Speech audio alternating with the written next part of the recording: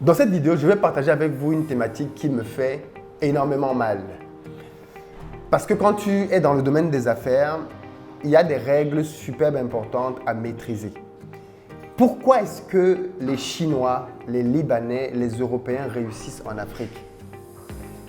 Simplement parce que ces mecs-là comprennent et appliquent une stratégie que je vais vous partager dans cette vidéo, qui est une stratégie duplicable, mais que les Africains refusent d'appliquer.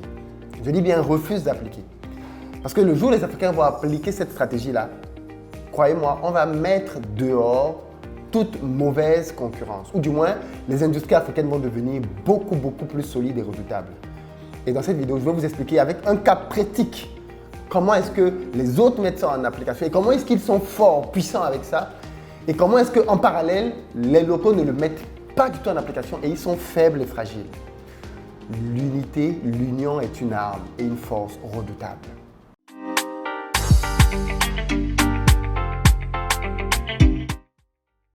Salut à toi, bienvenue sur ma chaîne, moi c'est Philippe Simo. Ici je te parle d'entrepreneuriat et d'investissement parce que je suis convaincu que c'est avec ça qu'on va développer notre communauté. Si tu veux donc faire partie de cette belle aventure, deux choses à faire. La première, abonne-toi ici, active la cloche des notifications, tu seras ainsi informé de l'apparition de toutes nos vidéos business comme celle-ci. Parce qu'ici, sur Investir au pays, tu as le meilleur contenu business de la communauté. Les meilleurs entrepreneurs, les meilleures interviews, les meilleures vidéos et les meilleurs conseils, mais aussi les meilleures formations se sont délivrées sur cette plateforme. Puis la deuxième chose, dans la barre de description, je t'offre un livret gratuitement qui va te permettre de savoir où est-ce que tu en es dans la gestion de tes finances. Parce que comme j'aime souvent le rappeler, si tu ne sais pas gérer ton argent, peu importe ce que tu feras derrière, tu ne pourras pas réussir. Pour réussir en Afrique, en général, les Occidentaux, les Américains, les Asiatiques s'unissent. Pas parce qu'ils s'aiment en réalité. Pour ceux qui vivent en Europe, on sait bien que les Français et les Belges, ce n'est pas l'amitié la plus... Voilà, on sait bien que les Italiens et les Français, parfois on a même vu ça avec le gouvernement italien qui taxait le gouvernement français de tous les noms. Ce n'est pas toujours l'amitié la plus... Et même avec l'Allemagne et la France, ils sont souvent divergents. Et pourtant, quand ils arrivent en Afrique, ils trouvent le moyen de s'entendre pour pouvoir travailler ensemble là où leurs points d'intérêt se rencontrent. Et je vais vous donner un exemple patent de à quel point ça marche. Dans le domaine, par exemple, de l'agriculture des palmiers à huile. Au Cameroun, on a plusieurs sociétés qui font dans le domaine des palmiers à huile. L'une des plus grandes, c'est la CDC. La CDC, c'est une société d'État. Mais après la CDC, on a beaucoup de grands producteurs d'huile qui en réalité sont des expatriés. On a Socapalm qui appartient à Bolloré, on a d'autres producteurs comme ça qui en réalité sont détenus par des entreprises françaises, familiales, ce genre de choses. Des gens qui sont là depuis très longtemps et qui ont des centaines, des milliers d'hectares sur lesquels ils produisent l'huile de palme. Eux, ils ne sont pas dans la transformation, hein. Ils produisent juste l'huile de palme. Vous savez ce qu'ils ont décidé de faire? Ils ont décidé de s'accorder. 5 sociétés, je ne vais pas citer ces sociétés ici. 5 sociétés ont décidé de s'accorder pour pouvoir vendre leurs récoltes ensemble. Et pour ça, ils ont créé une 6e société qui a pour but de vendre l'huile, de vendre les récoltes produites par les fermes, les champs de chacune de ces sociétés-là. Vous savez ce que ça entraîne? Ça entraîne que l'un produise 10 000 tonnes ou l'autre 5 000 tonnes, ils vendent au même prix. Ouais, ils vendent au même prix. Parce qu'ils ont un seul point de contact. Quand toi, tu dis que tu veux venir acheter de l'huile chez eux, ils vont te donner une seule adresse. Donc, si tu vas voir l'un séparément, tu dis, je vais acheter ton huile, il va te dire, ouais, la société chez qui on vend notre huile, c'est telle société. Tu vas aller chez la 6e société. Peu importe, donc tu ne peux pas acheter d'huile chez eux en direct. Tu vas voir les 6e sociétés. Et la 6e société te fixe le prix unique pour l'ensemble d'entre eux. Ça fait que chacun d'entre eux gagne. Le petit gagne comme s'il était gros. Parce que si tu allais acheter uniquement chez le petit, tu allais négocier des prix différents de si tu allais acheter chez le gros. Eh bien, ils se sont tous mis ensemble. Petits, moyens, grands, produisent vendent au même prix. Et du coup, derrière, ils peuvent agrandir leurs exploitations. Attention, certains d'entre eux acceptent même que des producteurs locaux viennent leur revendre leur production. Donc, par exemple, vous avez des sociétés comme Socapalm qui acceptent qu'un particulier comme moi, qui a son propre champ, 10, 20, 50 hectares, vienne lui vendre son huile ou viennent lui vendre sa production. Enfin, généralement, ils achètent les productions, pas l'huile. Tu viens lui vendre ta production. Une fois que tu lui as vendu ta production, qu'est-ce qu'il en fait? Eh bien, lui, il la transforme en huile et il vend cette huile-là donc de base. Ce n'est pas l'huile raffinée parce que du coup, ce sont les raffineries qui vont raffiner l'huile. Des raffineries comme Pafic d'ailleurs. Donc du coup, on vient, on lui dépose de l'huile et on lui dépose des noix et lui, il transforme les noix en huile. Mais il te vend ça au même prix. Toujours. Maintenant, que font les Africains?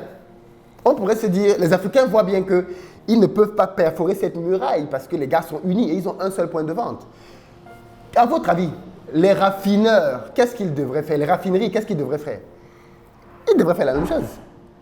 Ils devraient se dire, bon, ok, on est 10 raffineurs, 10 raffineries, ils ne sont pas très nombreux, hein? Les raffineries, ils ne sont pas très nombreux. Et ils se connaissent tous.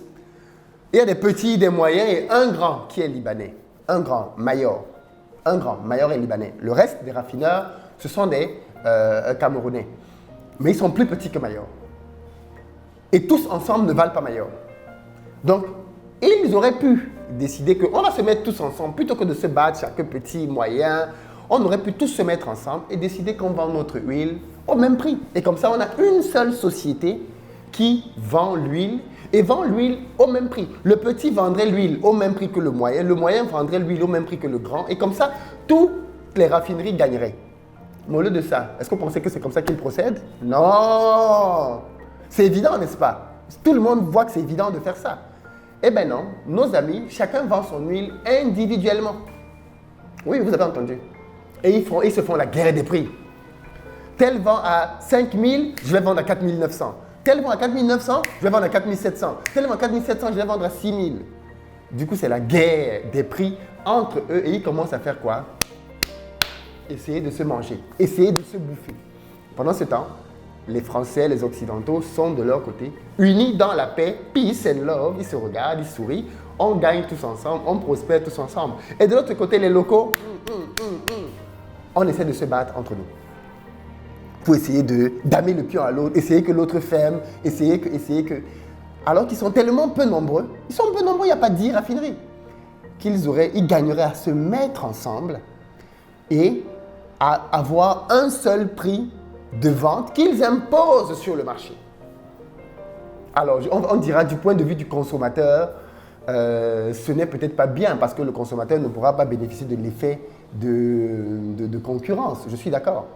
Mais du point de vue industriel, parce qu'ici on parle à des entrepreneurs, ça a tout son sens de procéder ainsi.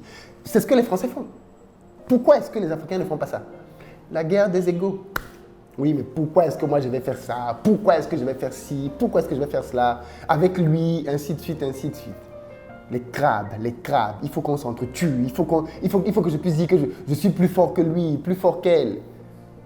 Et au final, ils se font la guerre entre eux. Et ils ne prospèrent pas tel qu'ils devraient. Alors chacun de gagne, chacun de est multimilliardaire. Mais ils seraient tellement plus forts pour les raisons évidentes que je viens d'exprimer. Mais ils ne le font pas. Voilà la réalité du business dans nos pays. Voilà là où la désorganisation nous conduit. Voilà là où l'unité pourrait nous propulser beaucoup plus loin. Mais on ne le fait pas. Attention, je ne suis pas en train de dire qu'il faut absolument se mettre en union avec tout le monde. Non.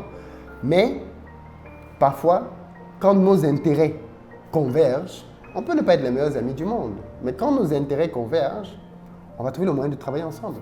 Même dans le foot, il y a des joueurs sur le stade qui ne s'aiment pas et qui ne s'entendent pas hors du stade. Mais dans le terrain de foot, ils ont le même objectif, faire que leur équipe gagne. Donc, ils se donnent la balle. C'est tout. À la fin du match, ils ne se saluent pas, ils continuent leur vie. Mais sur le terrain, ils se passent la balle parce qu'ils ont le même objectif. Chez nous, ce n'est pas le cas. Et on se demande encore pourquoi est-ce que nos entreprises ont du mal à prospérer, pourquoi nos industriels ont du mal à percer. La raison, voilà, elle est évidente, manque d'union. Comment faire pour résorber ça? Je pense qu'il faut que ces grands gaillards s'asseyent, se parlent. Le pire, c'est qu'ils se parlent même, ils se parlent tous, ils se connaissent tous. Mais quand il s'agit donc de converger ainsi, là, les égos viennent, tel ou tel viennent essayer de leur dire non, pourquoi tu vas t'associer avec tel, il va gagner plus d'argent que toi, pourquoi tu vas te mettre avec tel autre, il va gagner plus que toi. Et des bêtises comme ça font que des papas refusent de se mettre ensemble pour travailler. Voilà ce que je voulais partager avec vous. Hein. On a beaucoup de mal avec ça et pourtant vous savez bien que les pères fondateurs ont toujours dit que l'Afrique réussira quand elle sera unie. Et tant qu'on n'est pas unis, on ne pèse rien du tout. Au Cameroun, Côte d'Ivoire, Gabon. Je vois les gens souvent se battre. Oh, le Gabon a ceci. Oh, la Côte d'Ivoire a ça. Oh, le Cameroun a ça. C'est toujours des petits États. C'est toujours des petits États. Regardez comment est-ce qu'ailleurs, les gens essaient de s'unir. L'Europe, ils ne s'aiment pas. Les Européens, en Europe, on s'est fait la guerre tout le temps. La France, l'Angleterre, l'Allemagne. C'est des pays qui se sont battus tout le temps. Mais quand il a fallu mettre en commun les intérêts économiques et arrêter de faire la guerre, ils ont créé l'Union européenne. Des ennemis d'hier aujourd'hui sont dans l'Union européenne. L'URSS avait sa propre fédération avec la Russie, la Biélorussie, tous ces petits États qui ont explosé par la suite. Donc, je veux dire, aujourd'hui, les États-Unis font des alliances avec le Canada, avec le Mexique, pour être plus forts. Mais les Africains viennent avec des minuscules États qui ne produisent pas grand-chose et vouloir se gargariser de oui, je suis ivoirien, je suis sénégalais, je suis congolais. Nonsense. Nonsense. Et voilà le genre de logique qui continue de nous fragiliser. C'est la réalité de nos continents.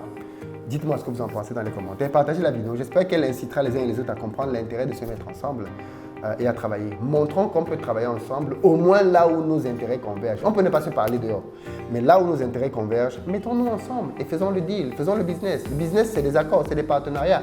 Ce n'est pas l'amitié, ce n'est pas les bisous-bisous. Non, pas besoin de bisous-bisous pour faire du business ensemble. OK? À très bientôt.